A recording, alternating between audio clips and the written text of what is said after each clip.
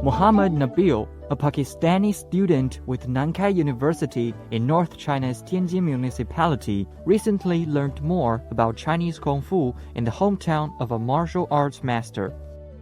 Nabil came to Tianjin in 2018. He became a fan of martial arts after watching some Kung Fu movies back in Pakistan. Actually, during my youth, I've seen a lot of Chinese movies about Chinese martial arts. Jet Li, Jackie Chan, and Bruce Lee. He got a chance to visit Jingwu Town, hometown of Huo Yuanjia, a renowned martial arts master. 精武会最初的建立呢，是1910年，霍元甲在上海跟一些爱国的志士一起共同来组建了这个上海精武体育会，倡导呢全民族一起来习练我们的武术。现在统计说应该有70多个精武会分布在世界各地了。I think this association is playing a really great role.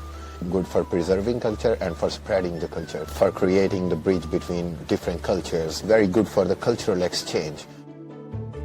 80年代的时候，我们国家体育总局就去挖掘整理我们中国的这个传统的武术，在那个时间段就已经有129个拳种了。武术的传承在中国现在也是非常受重视的，很多的武术老师、武术的学者也会通过一些互联网啊来去推广武术。